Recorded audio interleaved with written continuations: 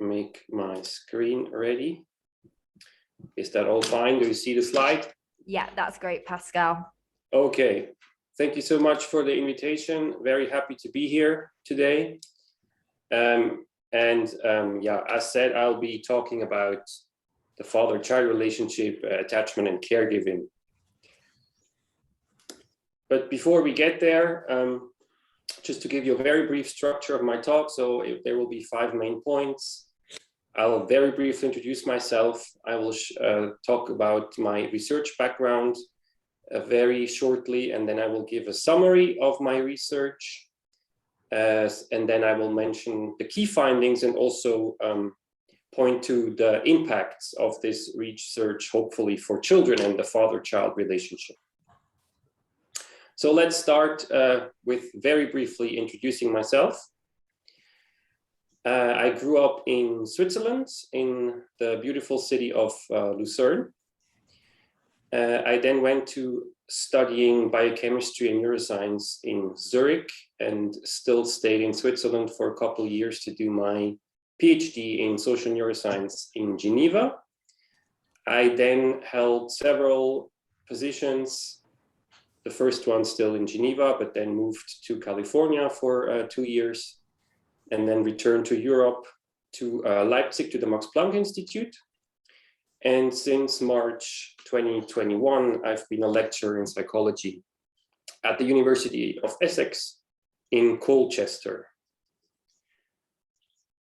Right, so since you now have a very brief idea about myself, I can delve into my research. And to give you a very brief background, so a big part of my research is devoted to studying the social neuroscience of human social connection, caregiving, and attachment. And I do so by combining 2 main elements. On the one hand, I use social neuroscience methods, and particularly neuroimaging, such as magnetic resonance imaging, here on the left, and also functional near-infrared spectroscopy, hyperscanning here on the right. And I will shortly touch on these methods when I explain some of our most recent key findings. On the other hand, I rely on attachment theory, describing how we form and maintain relationships across the lifespan. And I do so with a special focus on the parent-child bond. And some of the methods we are using in our lab is interviews, behavioral observation, but also self-report questionnaires.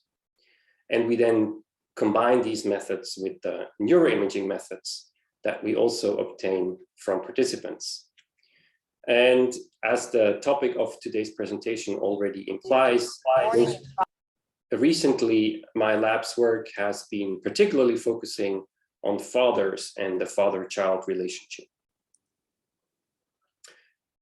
So to give you a brief summary of the research that we have been conducting in that area, I tried to put this one in a single blob.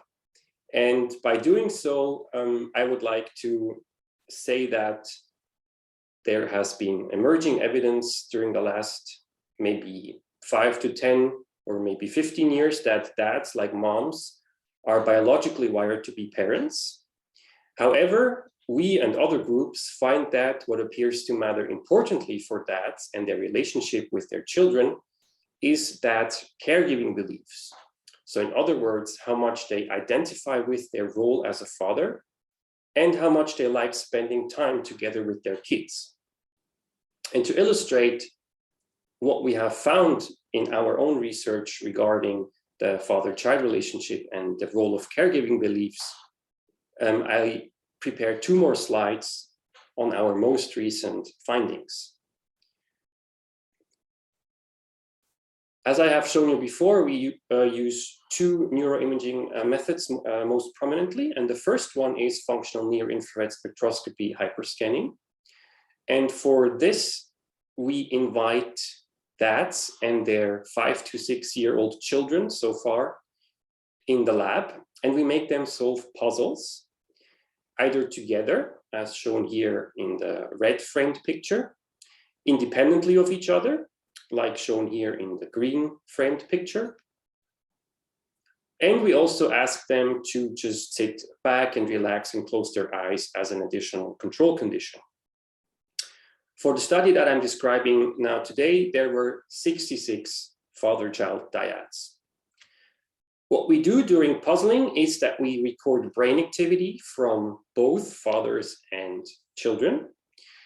And we do this by functional near-infrared spectroscopy or short FNIRS. This is a non-invasive method based on infrared light absorption. And the cool thing is that besides measuring individual brain activity in dads and kids separately, we can see whether the brain activities in dads and kids synchronize or whether they get in sync with each other or not. So we can check whether dads and kids' brain activity shows similar in and decreases within the same area at about roughly the same time. And when we do that, what we find is that during puzzle solving, when both fathers and children work together, there is the strongest brain-to-brain synchrony. And this brain-to-brain synchrony is stronger during this cooperation condition than when the fathers and the children do the puzzles individually, or when they just sit back and relax. Now, this by itself is already very interesting. And what I could maybe also mention is that we don't only do this with dads and children, but we also do this with moms and children.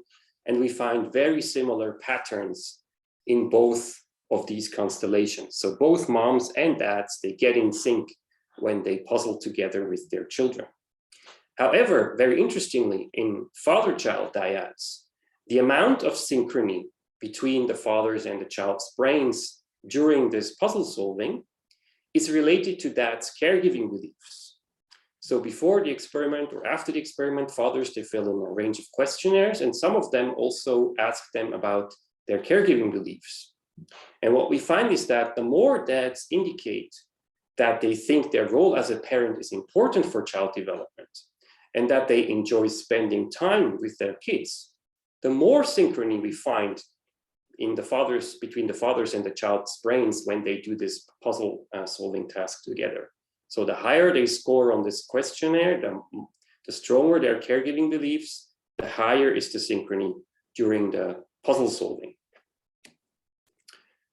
What we also do is to look into fathers' brains. And in a subsample of 50 of the 66 fathers that participated in the FNIRS study together with their children, we also looked at their brain structure. And in doing so, we specifically focused on the hypothalamus, shown here in green. And the hypothalamus is an almond-sized region of the brain that is located at the base of the brain near the pituitary gland. And the hypothalamus plays a key role in many important functions like homeostasis, keeping the body alive and healthy, but also for attachment and parenting. So what we did, we looked at the volume of the hypothalamus in those 50 fathers, and we compared the volume also to 45 matched men without children. And what we then found in a first analysis is that there was no difference in the hypothalamus volume between fathers and non-fathers per se. So what this means is that the hypothalamus volume was not bigger or smaller in fathers just because they were fathers. In fact, the size of the hypothalamus was comparable for fathers and non-fathers. However, when we then again linked the hypothalamus volume in fathers specifically with their caregiving beliefs, using the same questionnaire as before also for the FNIRS analysis, we found that the hypothalamus volume in fathers was related to their caregiving beliefs.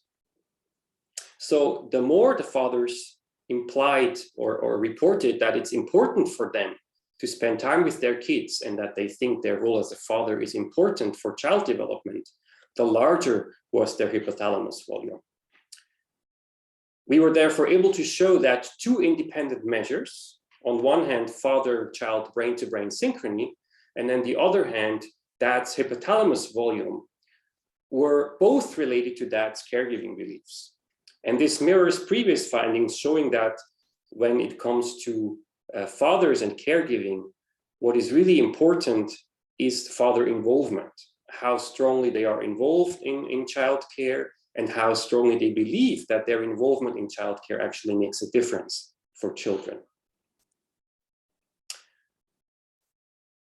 I have already started to summarize a little bit and provide some insights into what we think is the most important from our and other research labs findings, but I will maybe emphasize some of more of these aspects now when talking about the key findings.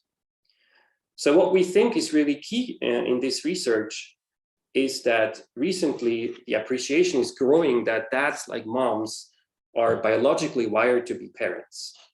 Their biology and brain structure and function change when transitioning into fatherhood. So this can be measured not only in the brain, but also, for example, in the levels of testosterone or oxytocin. So the father's biology and brain really does change when they become fathers. Some of these mechanisms appear to be a bit different than in moms, and there is very much recent research done on this. So it seems that in fathers, the transition to fatherhood is marked by some, for example, changes in the brain a bit more related to theory of mind and some cognitive processes, because they don't have this intrinsic biological bond from the very beginning. And this has implications, of course, for future prevention or intervention strategies. What we were able to show is that dad's brain structure and father-child brain-to-brain synchrony associate with dad's caregiving beliefs. So how much they identify with their role as a father and like spending time with their kids. And this mirrors recent development around the globe, because men wish to spend more quality time with their kids and have more flexible working hours. And we have seen from, for example, a very recent study from the UK Fatherhood Institute that this development was accelerated by the recent pandemic with its lockdowns that saw many fathers returning home and spending more time with their children. And they really appreciated that, and they would like this to stay in a certain way. So they would like to have, for example, more flexible working hours to keep being involved and close to their kids. So our findings, together with recent discussions about paternal leave and other issues concerning dads, emphasize the importance and of the promotion of dad's involvement in childcare in a broader societal context. Finally, I would like to briefly touch on possible impacts of our research for children. Social interactions between children and different others, for example, mothers, fathers, siblings, grandparents, teachers, and many more, they vary in their quality and underlying interaction patterns. This means that being exposed to a range of interaction partners and patterns ensures that children can learn a variety of social, emotional, and cognitive skills for their future. And we'd like to show this with our research by not only focusing on moms, but also on dads. And of course, we would like to extend our research to other contexts as well, to grandparents, to aunts, to uncles, but also to other family constellations with same-sex parents, for example. Recently, there is ample evidence that the father-child bond specifically contributes to child development outcomes, and that this father influence is different, for example, from the mother influence. And this notion is corroborated by the latest considerations of attachment theory that appreciates the importance of dads serving as attachment figures and not just playmates for their kids. So there is this development also in attachment theory that appreciates that fathers, they are not just playmates and playing with their kids and making fun, even though rough and tumble play is extremely important, but that they are involved in childcare and that they are equal parents, and that their influence is really important for child development, and that the father-child relationships contributes differentially to child development. And all of this means that more strongly involving dads in childcare not only benefits children, but it also benefits dads and the entire family relationship. Therefore, giving dads enough time and space to bond with their kids should be a priority when going forward and should also be discussed on a broader societal level and implemented in some changes in policymaking, for example. Yeah, to finish off, I'd like to say thank you to the many institutions that have helped my research in the past, and especially most recently, the Max Planck Institute in Leipzig and the University of Essex, where I am based right now. This already is the end of my presentations. I would like to thank you a lot for your attention. I'll be very happy to take your questions and to also see where our research could go next. And please do not hesitate to contact me if you have any questions. Check out my website for further resources. And if you want to drop me an email, please feel free to do so. Thank you so much. Thank you so much, Pascal. That was so fascinating and so relevant to, I know, so many people in this Zoom call today, and really reinforcing of their work. So this part of the presentations is now about handing over to you, the audience, to ask Pascal questions and give comments to him, so that we're having a kind of reciprocal conversation about this topic. So Ros, I can see you've got your hand raised. So I'll kick off with you, Ros. Thanks very much, Amy, and thanks, Pascal, for a great presentation. It was very interesting, super reassuring, but I suppose in some ways not wholly surprising. And I guess it's interesting, isn't it? Because I think we see some of this borne out in the realities. I mean, COVID's been really interesting, so hearing from men about having flexibility and spending more time with family.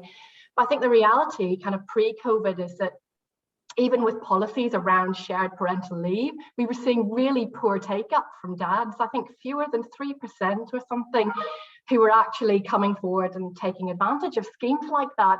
So I'm curious about the kind of the impact, not just of men's beliefs, but of society's beliefs around men's role within the family unit as a whole. And I guess the follow-up question to that is kind of, what are we doing with this research? How are we actioning this out in the wider world? How are we applying these findings to encourage society in general to think differently about men's roles in the home?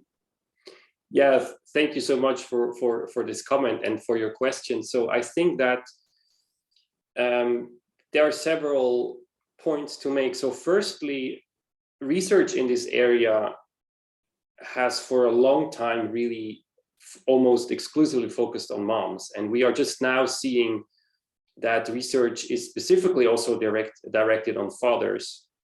So that's something that has really only been happening for the last 5 or 10 years systematically, and also resulted in research that is really being published.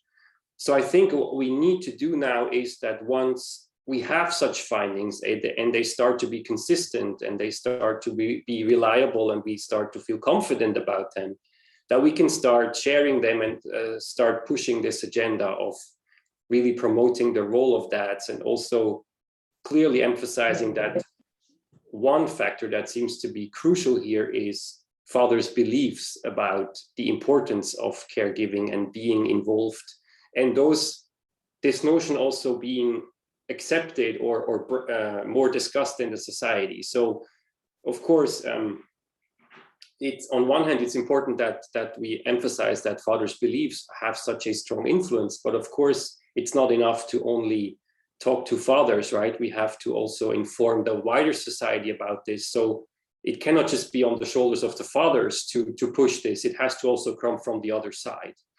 And that's something that I realized recently, and that I would like to work on, and especially with such events, because then maybe we have some more people who can help us to disseminate this and to raise awareness.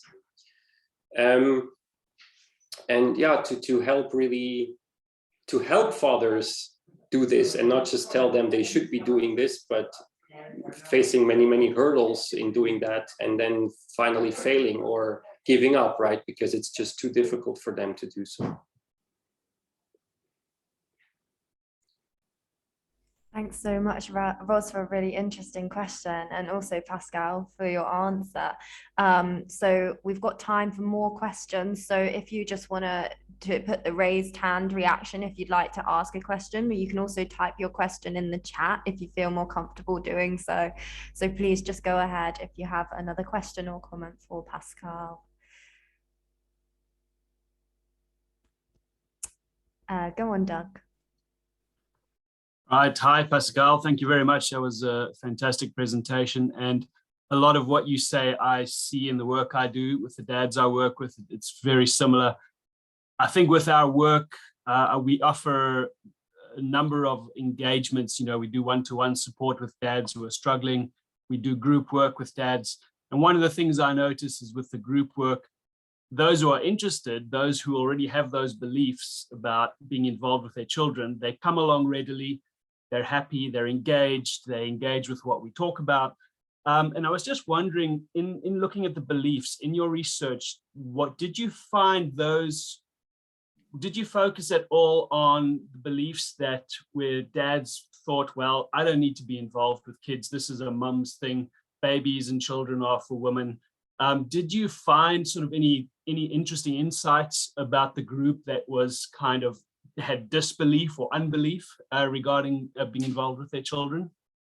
Yeah, thanks for this excellent question. So in this first project that I described, we didn't pre-select dads on their beliefs, right? We just had a cross-sectional sample of, I might have to say this as well, an Eastern German father population. So it might also have been a little bit peculiar, and we have to make sure that we, of course, make this also more valid in other contexts across countries. But it was a cross-sectional sample where we just looked at, like 66 fathers that came to the lab and agreed to participate. And we, for now, only can say that in this sample, the ones who scored higher on those beliefs and higher on enjoying spending time with their children, they showed more synchrony and they showed an increased hypothalamus volume, and the ones who scored lower, they showed less synchrony and showed a smaller hypothalamus volume. We cannot really say too much about specifically fathers who disbelieved, because it's really just a population sample. But it would be very interesting in the future to maybe specifically work with dads who don't have these beliefs yet, or who didn't have the right circumstances to maybe become involved but would wish to do so, and then see longitudinally how a change in the beliefs associates maybe with a change in their connection to the child, and in those measures of brain anatomy and brain-to-brain synchrony. And then we could probably dig even deeper into this and see also more causally what happens, right? Because now we cannot say whether the beliefs cause the higher synchrony or the higher synchrony caused the beliefs. You know, it could be both directions. But it would be also nice to get access to a more varied population, and to especially also work with dads who don't have these beliefs yet, or who just were not given the chance by society or by their living situation to actually become involved, and then see what happens if we can involve them. That would be really, really interesting. Yeah.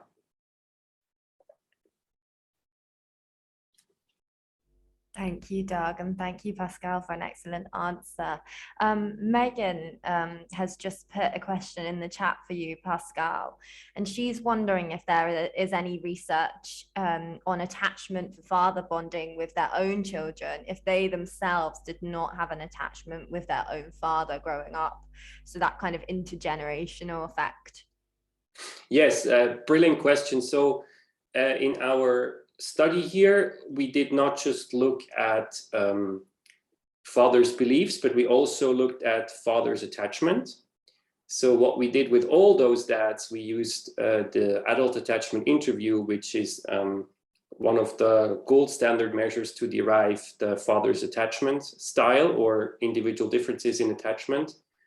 And I have just heard back from one of the PhD students I'm supervising, and she has informed me that there indeed are differences in the synchrony, for example, between parents and children and the parents' attachment orientation.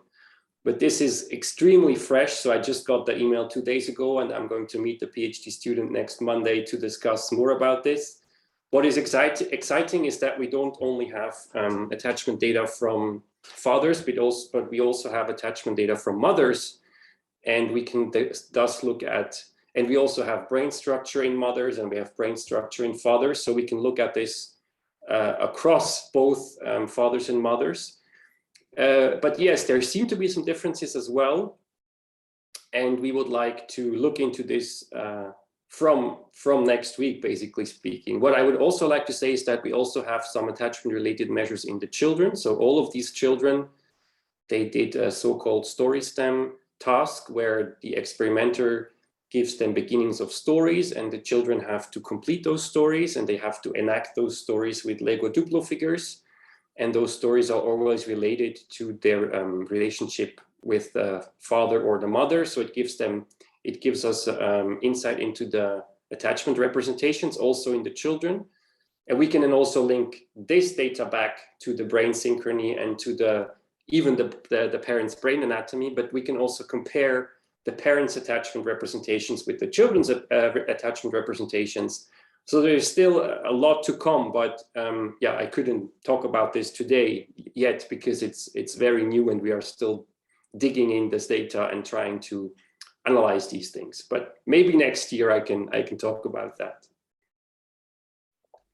That's fantastic and really exciting stuff. So we'll make sure, if Pascal, you have any news on that, make sure to update us, and then we can post on our social media and let people know. That's really exciting. Thanks for your question, Megan. We've got about 15 minutes left, so we've got time for other questions or comments if people want to make them. So please do just write in the chat or use the raise hand reaction, and you can ask Pascal a question or share a comment for him. Yeah, so maybe while we wait, I could maybe take this opportunity and ask a question myself. So I'm, of course, on the side of research. We are trying to establish fundamental mechanisms. We are trying to translate them into theories of how attachment works on the level of the body and the brain. But it sometimes feels a little bit detached from reality, right? So having such a nice group of people, maybe I could ask what would help you, or what you would expect from us, how we can help translate our research, or what you think are the most important messages from what I have said, and how we could bring this more to the people and to help change certain things. So how we could maybe disseminate information better, or anything that could help changing the society or the views a little bit on that, and to help us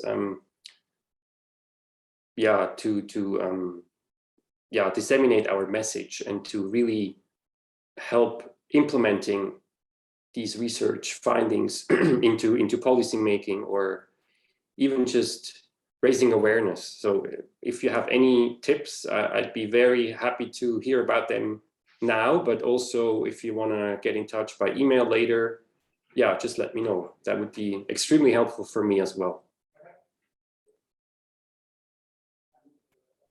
Thank you, Pascal. So do share anything in response to Pascal's question in the chat, or raise your hand. I know that lots of you work on the front line with Dad, so I think this is a really useful one. Gary, you've just raised your hand, so I'll hand over to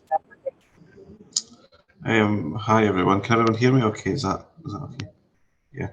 Hi Pascal, thanks for that today. I think just in response to your question, I'm probably going to say something that everyone else is probably thinking as well, which is it's kind of about banging the drum again and again and saying it more and more. I think for everyone here, it's always about how do you make sure that quite often when you're working with dads, it's usually in response to something else, maybe the safety of a child, or There might be pressure coming from other services, be it social services or criminal justice services. I think it's just, again, trying to get that message into the places and spaces where people who have made decisions that have a direct bearing on dads are therefore understanding, and I guess trauma-informed, for want of a better phrase, about why the actions of a man and a dad may not always work to the timeline that is required for a process that is maybe has already been decided. Do you know, whether that's about the residence of a child, whether it's about the proceedings around about criminal justice processes and stuff. So it's really just a kind of statement of the obvious, really, which is just encouragement that the more research like this, the better, I think. Yeah, thanks. That's nice to hear, and it's of course a motivation more for us to keep doing this and to extending it even further. And yeah, if we can do anything to help spreading the message, please let me know. I'll be more than happy to get involved.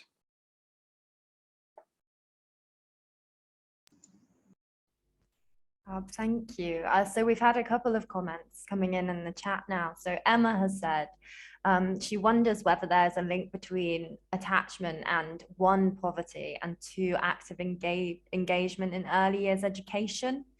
So that was her contribution. So sorry, the first was poverty? The first was poverty, and the second was active engagement in early years education.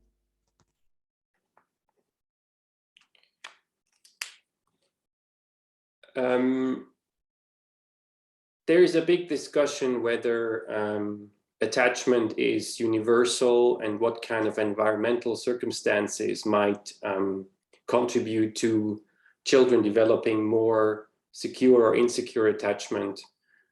Of course, always keeping in mind that all sorts of attachment styles are meaningful adaptations, and we shouldn't from the beginning say that some are better than other, even though obviously some have some more constitute more risk factors for developmental outcomes than others. I cannot really say too much about poverty and active engagement itself, because I'm a bit more coming from the neuroscientific side, but I generally think that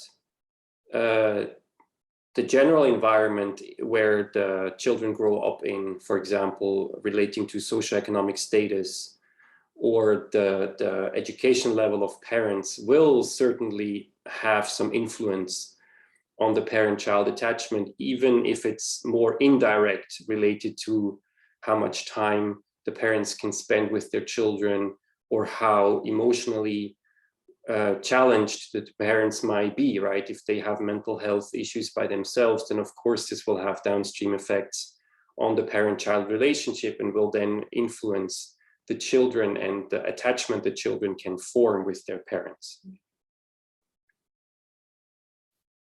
Thank you, Pascal. And then Sarah has responded to your question that she feels that we need more information easily available to parents in the antenatal period.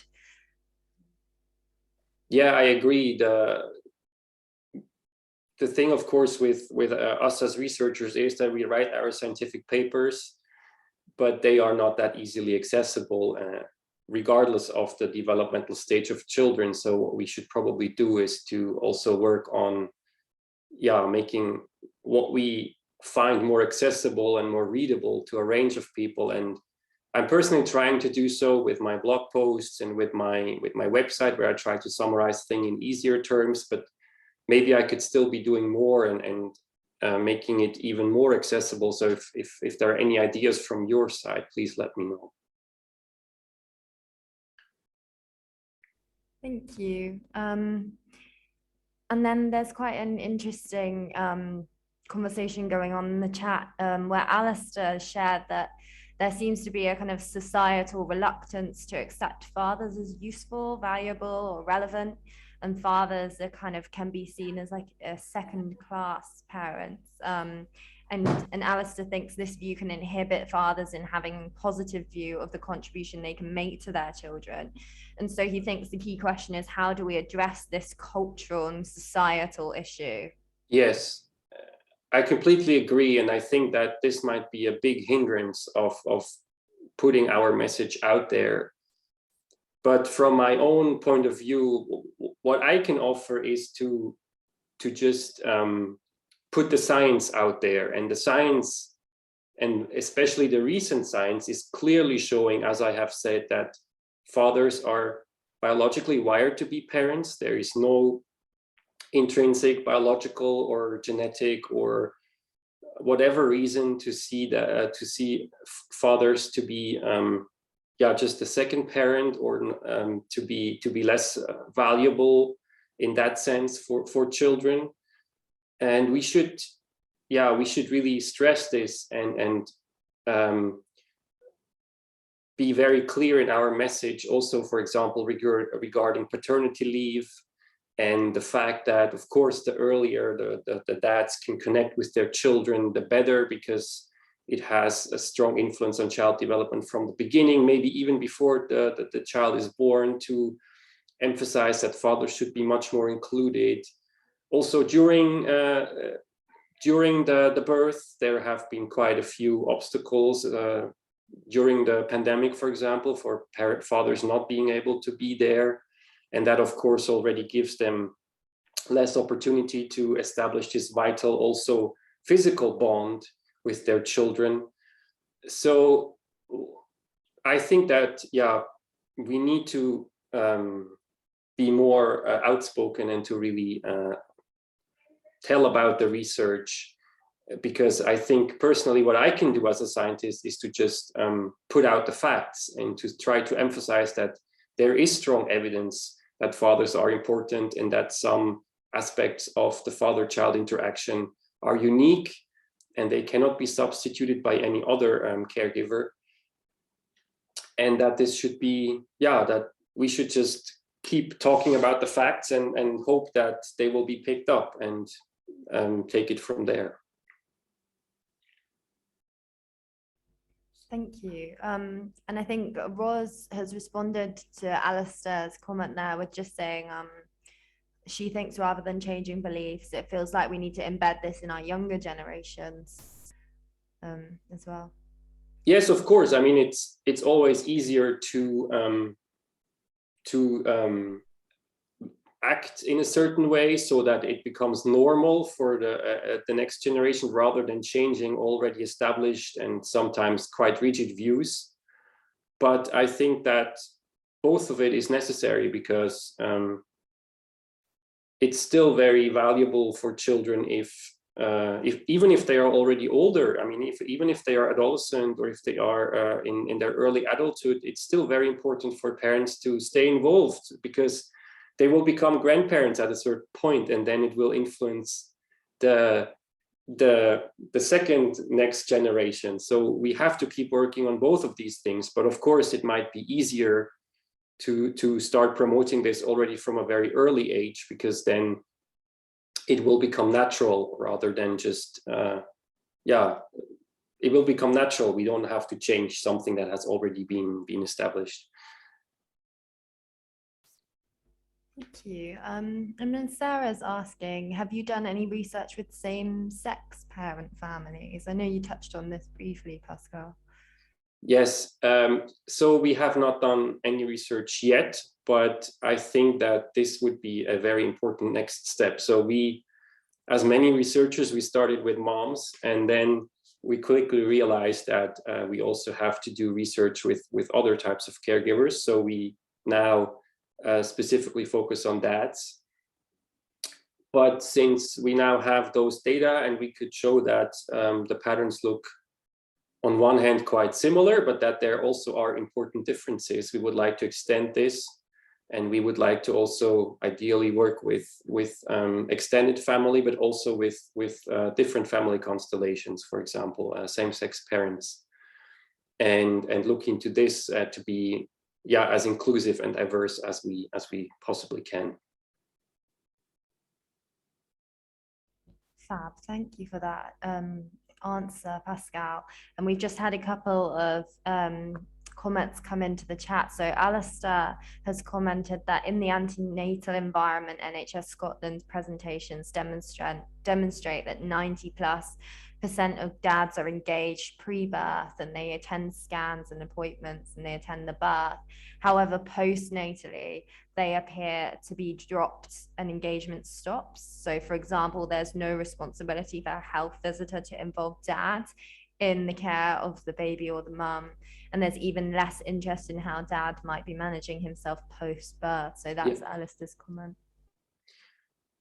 Yeah, I wasn't aware of the exact numbers, but on one hand, I'm pleased to hear that before birth there is such a high engagement, and I think that this should be kept and should be, even increased if possible. But of course, it's worrying that this drops afterwards. But maybe this is also due to the services just not being designed in a way that if there is a visit, that always both parents come, or that the parents, they switch roles, and that once the mother goes, once the father goes. And I guess this, there are many reasons for that. And ideally we should work on this to also include dads more in this vital period just after birth, so that they can be more involved, benefit more, and also just that the societal appreciation is also changing, that it's important for fathers to be a part of this as well. So it looks like there is much work to be done, especially after birth, for these kinds of visits and father involvement. Thank you. I think there's a comment from Di, who said that her organization delivers a great attachment program for parents and makes such a difference, but it continues to be really difficult to get men to come onto the groups. And she was just expressing that these research findings can support getting the messages out there and encourage engagement from men. Yeah, thank you so much for that. So that would be something that, for example, I can do, right? To put the research out there and to emphasize that there is ample evidence that fathers are important and that they should be involved, but also that there should be mechanisms put in place to help them to be involved.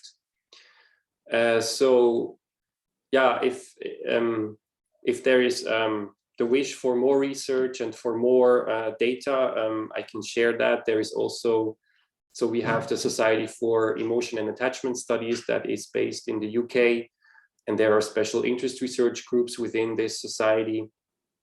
And one group is led by me, which is on the social neuroscience of attachment, but there is also another interest group specifically on father-child interaction and attachment. And they have, for example, they have a monthly newsletter summarizing all the new research that is coming out, and this amount is increasing every month. And they also have weekly seminars and things like that. So if there's interest, I can try to connect and to further help promoting this message. That would be fab. Thanks, Pascal. And after the session, I'll ask if there's any links that you think would be useful for people from what we've spoken about, the website links. I can then share them on our website alongside the recording of this presentation for people to look back on and use in future.